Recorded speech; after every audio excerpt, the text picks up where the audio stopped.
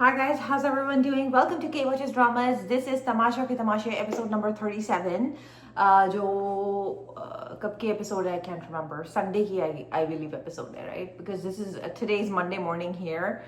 अभी मैं शायद अपने 11 AM तक इश डाल दूंगी. I'm not really sure कब तक जाएगी वीडियो guys because मेरी तबीयत थोड़ी डाउन है. तो वीडियो एडिटिंग में बहुत ज़्यादा टाइम लगता है. It takes around 90 minutes to edit a video. Because अच्छा इस वीडियो को मैं थोड़ा शॉर्ट रखूंगी बिकॉज लास्ट वीडियो काफ़ी लॉन्ग हो गई थी, पता नहीं किस तरीके से. मैं इसको शॉर्ट रखूंगी. जल्दी जल्दी हम बातें करेंगे. जल्दी से लाइक कर दो वीडियो को, जल्दी से सब्सक्राइब कर दो, जल्दी से अपना कमेंट डाल दो. मैं टू बी ऑनेस्ट कल के एपिसोड से बहुत ज़्यादा बोर हो गई थी जब यासीन वजीर बने हैं और उन्होंने वो बैंक वाला गेम खेला. बैंक वाला game was very boring for me because मुझे ऑलरेडी आउटकम पता था कि पहले तो बादशाह सलामत ने जब टास्क वो किया था, टास्क अनाउंस किया था, उस वक्त उन्होंने कहा था कि 3 लोग सेव होंगे. लेकिन जिस तरीके से टास्क चल रहा था, बहुत ही वन साइडेड टास्क चल रहा था. जब टास्क अनाउंस हुआ था उसी वक्त मुझे पता था कि सैफ वाली टीम ऑफ कोर्स सेफ हो जाएगी बिकॉज यासीन वजीर है तो यासीन का मुशीर है सैफ 100%. और उनकी बॉन्डिंग भी बहुत ज़्यादा अच्छा लग रहा है मुझे, एक्सेंचुएट हो रही है. So it was very evident. और पूरे बैंक वाले टास्क में उन्होंने कोई फन नहीं किया, कुछ नहीं किया. ऑफकोर्स पता था ऑलरेडी, मतलब इसमें तो प्री डिसाइडेड था ना कि भाई वो मलाइका वाले टीम को फेल करना है हमने. और जैनब वाली टीम में लेकिन इनका एक ही एक्वेंटेंस थी या इनका थोड़ा सा मैं कहूँ फ्रेंडशिप तो नहीं है ओमी से, बट आई वुड से थोड़ा सा सॉफ्ट स्पॉट है. लेकिन ओमी बहुत ज़्यादा गुस्सा हो रहे थे टास्क ख़त्म होने के बाद, सैफ के ऊपर चढ़ रहे थे कि तुमने जो है मुझे वो मेरे अप्रूव नहीं किए, मेरे अप्रूव नहीं किए, मेरे अप्रूव नहीं किए. बट तुम्हारी सैफ से इतनी एक्सपेक्टेशन ही क्यों है? अहमर भी यही कह रहा था तुम्हारी सैफ से इतनी एक्सपेक्टेशन ही क्यों है? क्योंकि ओमी भी ऑफ कोर्स चाहता ही है ना कि वो मुस्तकिल रिदा को भड़काता रहता है सैफ के अगेंस्ट.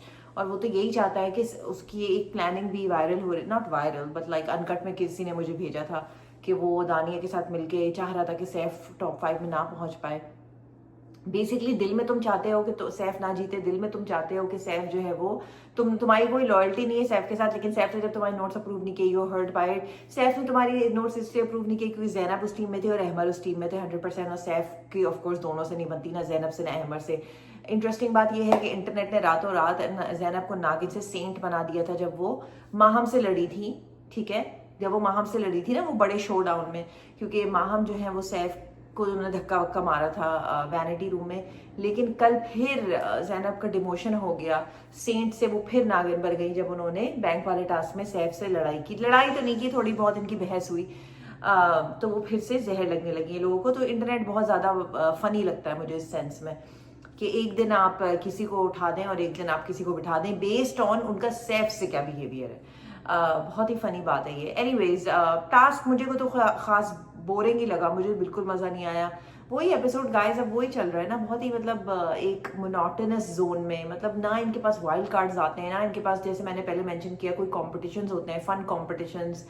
वही इनको भूखा मार रहे हैं. मुझे तो सीरियसली लग रहा है एयर वाई के पास इतना बजट ही नहीं है कि इन लोगों को प्रॉपर खाना वाना दे सकें. You know what I mean, it's very weird. Like ठीक है आप राशन टास्क कराओ, लेकिन आप एक इंडिविजुअल ऐसे भी कॉम्पिटिशन्स करा सकते हो where person to person your winning gifts और your winning packages from may be beverages companies और स्नैक्स कंपनीज और थिंग्स लाइक दैट. तो मुझे वही वही खाने पे बहस होती है, खाना नहीं है, पत्ती चुरा लो, चीनी चुरा लो, दूध चुरा लो, यही चल रहा है ना. और 20 जब से मैंने ज्वाइन किया है 20 एपिसोड्स पहले मैंने जो बिकॉज मैंने 10th एपिसोड पे ज्वाइन किया था, तब से यही चल रहा है. कुछ इसमें कोई नॉवेल्टी नहीं है. मतलब वही एक स्टूपिड सा टास्क हो जाता है. 2 घंटे, मतलब ये लोग पूरा दिन करते क्या है? आप सोचो ना, 24 घंटे में से अगर 8 घंटे सो रहे हैं तो जो 16 आवर्स रह गए, 16 आवर्स में से 2 आवर्स मैक्सिमम 3 आवर्स का टास्क हो जाता है. That's it. They have nothing else going on in the house. So like ये किस तरह की रियलिटी है? ये किस तरह का रियलिटी शो है? मुझे तो like I am very bored of it. मुझे लग रहा है कि मैं शायद अब एलिमिनेशन के दिन ही देखूं, फ्राइडे या सैटरडे को ही देखूं, बिकॉज कल वाले में मैं इतना 90 मिनट्स की एपिसोड है. I was just so bored out of my wits. I was like, what's happening? बहुत ही प्रिडिक्टेबल चीज़ें हो रही हैं. मतलब एपिसोड शुरू होने से पहले ही मुझे पता होता है कि एपिसोड में क्या क्या होगा. हमने देख लिया कि भाई रिदा से को जो है सब साइड लाइन कर रहे हैं, सारा नीलम और कंवल और सैफ का बेसिकली ग्रुप रिदा को साइड लाइन कर रहा है क्योंकि रिदा की उससे बन रही है अलायंस दानिया और मलाइका से। तो रिदा ने साफ साफ कंवल को बोल दिया कि भाई I am an adult and you are an adult, और अगर तुम ज़ैनब से दोस्ती रखना चाहती हो दैट्स फाइन, मैं इन लोगों से दानिया से और मलाइका से दोस्ती रखना चाहती हूँ दैट्स फाइन। और सारा नीलम और कंवल ने भी रिदा को एक्सपोज कर दिया कि भाई ये लोग तो रात को बैठी होती हैं और घंटों घंटों बातें कर रही होती हैं और पता नहीं। तो दानिया ने शायद दानिया एक कुछ लोगों में आर्ट होता है कि लोगों को बहुत अच्छे से वो इन्फ्लुएंस कर पाते हैं। आई थिंक दानिया में वो आर्ट है, क्योंकि जब मुस्लिम की वजारत चल रही थी, ये मैंने इंस्टाग्राम अपने रील में भी सुबह मेंशन किया है कि मुस्लिम की जब वजारत चल रही थी तो ठीक ठाक दानिया ने उन्हें, वो दानिया के ही कदमों पे नाच रहे थे। दानिया जिस तरह से उनको नचाती थी वो वैसे वैसे नाचते जाते थे। तो अब रिदा के साथ भी ये लोग यही कर रहे हैं, मलाइका एंड दानिया, कि जैसे जैसे वो उनको कहते जाते हैं, वो उनको गाइड करते जाते हैं, वैसे वैसे करती जाती हैं। कंवल और उनके साथ पहले वो बैठा करती थी सारा नीलम के साथ, लेकिन अब तो वो बिल्कुल ही लग रहा है कि मुझे लग रहा है कि रिदा का ना दिल बिल्कुल ही खराब हो गया कंवल से और इससे क्या नाम है सारा नीलम से, सैफ के ग्रुप से बेसिकली।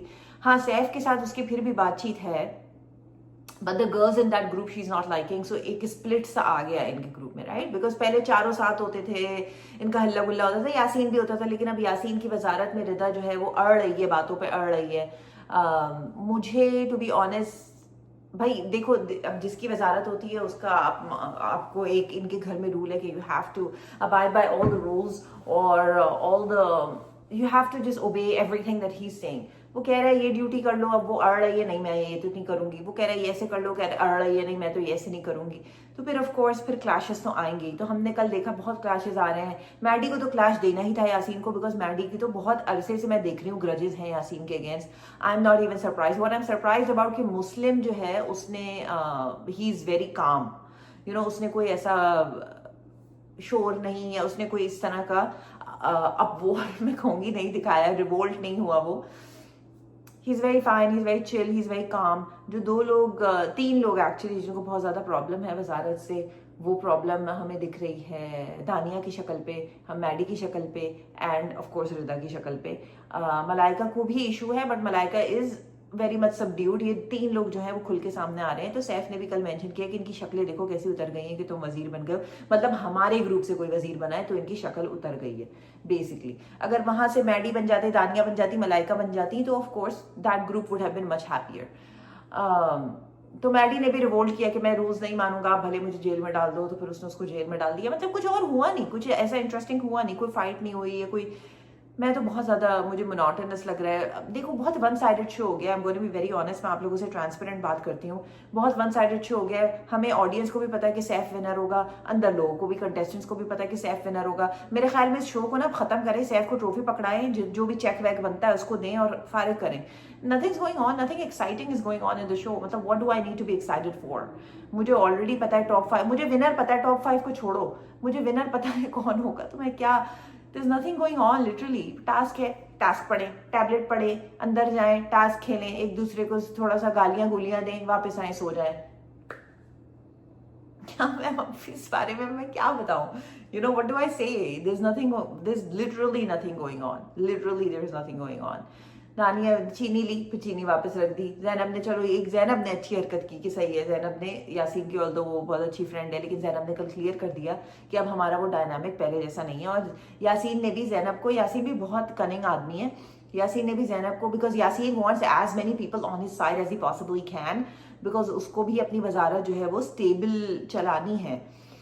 तो उसने ज़ैनब को थोड़ा अपनी तरफ करने के लिए कि देखो ना, अब तो तुम्हारे अंदर वो बात नहीं है जो पहले थी, जैसे हम बैठा करते थे, जैसे हम बातें किया करते थे। तो ज़ैनब मुझे बहुत अच्छा लगता है कि वो ना किसी की बातों में नहीं आती। I love that fact. उसकी अपनी जो रीडिंग है, उसकी अपनी जो अंडरस्टैंडिंग है वो उस पर रहती है।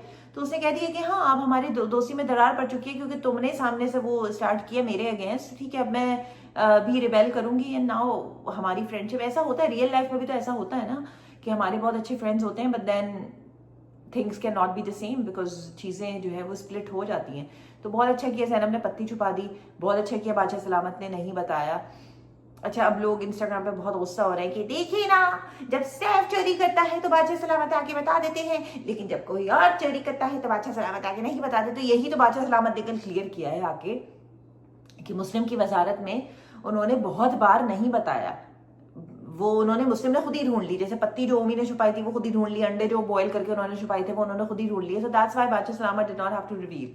तो I don't think Badshah reveal करेगा। ज़्यादा कुछ है नहीं यार शो में, लिटरली मैं क्या यहाँ पे बैठ के आपके सामने बहुत ही कोई स्ट्रैटेजीज नहीं है, कोई प्लानिंग प्लॉटिंग नहीं है। प्लानिंग प्लॉटिंग करे तो भाई इंस्टाग्राम पे लोग गालियों से भर देते हैं कमेंट्स की, फला प्लानिंग कर रहा है, फला प्लॉटिंग कर रहा है, फला जो है ग्रुप को निकाल रहा है। स्टूपिड कमेंट्स मुझे भी एक दो इंस्टाग्राम पे नजर आए, अपने भी प्रोफाइल पे, कि क्या रिदा जो है वो ग्रुप को तोड़ रही है, और जो है पहले ग्रुप की तो यूनिटी ये थी ना कि रिदा और सैफ और कवल और सारा नीलम और यासीन पहले साथ रहें और ग्लू से जुड़े रहें और पहले सबको घर से निकालें फिर आपस में खेलें। ऐसे थोड़ी होता है यार, ऐसे थोड़ी होता है। ऐसे कोई अंधा कानून थोड़ी है कि मतलब हाथ पकड़ के आए थे, क्या तुम कौन हो, बचपन के दोस्त हो के साथ हाथ पकड़ के रहना है? नहीं, you can make alliances out of the group. क्यों, उसमें क्या खराबी है भाई? This is the game, you have to make alliances out of the group.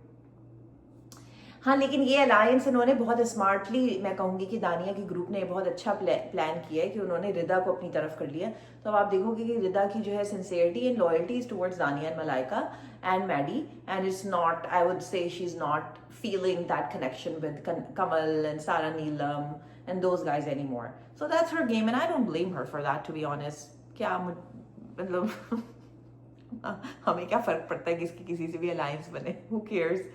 3-4 हफ्ते का शो है ज़्यादातर। अच्छा, मैंने आप लोगों के कमेंट्स मुझे मिल गए हैं, मैंने सबका शायद रिस्पॉन्ड नहीं किया। कुछ लोगों ने कहा पाकिस्तानी डेटिंग शो स्टार्ट हो रहा है, लव आइलैंड टाइप।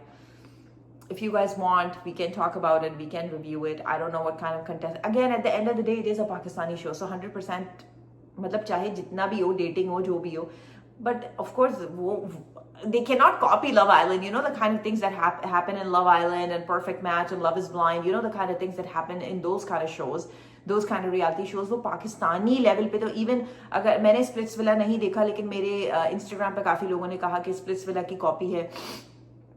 मैं कहूँगी even Indian shows, they're far more, you would say, it's going to be very different for a Pakistani show. It's going to be much more conservative, of course. तो if you guys want, उसमें भी बहुत ही funny होगा, but हम उस पर भी review कर सकते हैं। मैंने आपके कहने पे ट्रेलर देख लिया है, मुझे तो खैर एनीवेज जब हम उसके बारे में बात करेंगे जब करेंगे, बट इंटरेस्टिंग कॉन्सेप्ट, ऐसा कभी शो मैंने देखा नहीं है पाकिस्तानी लेवल पे। पाकिस्तान आइडल भी आ रहा है, तो I will be interested in talking about it, तो मैं उसके बारे में भी आप लोगों को रिव्यू दे दिया करूंगी कि मेरे कौन से फेवरेट कंटेस्टेंट्स हैं, और then you guys can tell me कि आप लोगों के कौन से फेवरेट कंटेस्टेंट्स हैं। या सो जैसे जैसे शोज आएंगे बहुत ही इंटरेस्टिंग। मुझे हंसी आ गई जब मैंने आयशा उमर को देखा। Ayesha Omar has always been a very progressive lady, and तो जब मैंने उनका होस्ट देखा मुझे हंसी आ गई।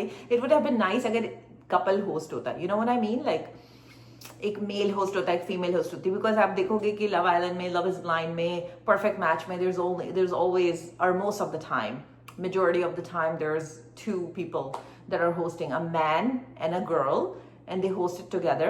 और ज़्यादा मज़ा आता है ना, क्योंकि होस्ट की भी अपनी एफिलिएशंस होती है कंटेस्टेंट्स के साथ। तो एनीवे, डेटिंग शो में ये है कि 4 लड़कियां हैं और 4 लड़के हैं, और वो एक आइलैंड पे हैं, not Italy, I was gonna say Italy, in Turkey. South Asia में I've only been to a few countries. Turkey is not one of them. I've heard Turkey is very beautiful. Last year my New Year's was, I celebrated my New Year's in Dubai. So Dubai and Saudi and a couple more countries I've been in South Asia. South Asia में मैं ज़्यादा नहीं घूमी हूँ. I would love to visit South Asia. So yeah, अब जब आएगा तो देख लेंगे। मुझे पता है कि Instagram पे थोड़ा सा उसके अगेंस्ट बातें हो रही हैं कि भाई ये क्या है और ये क्यों दिखा रहे हैं। It will not be featured on any channel. It's going to be featured on YouTube.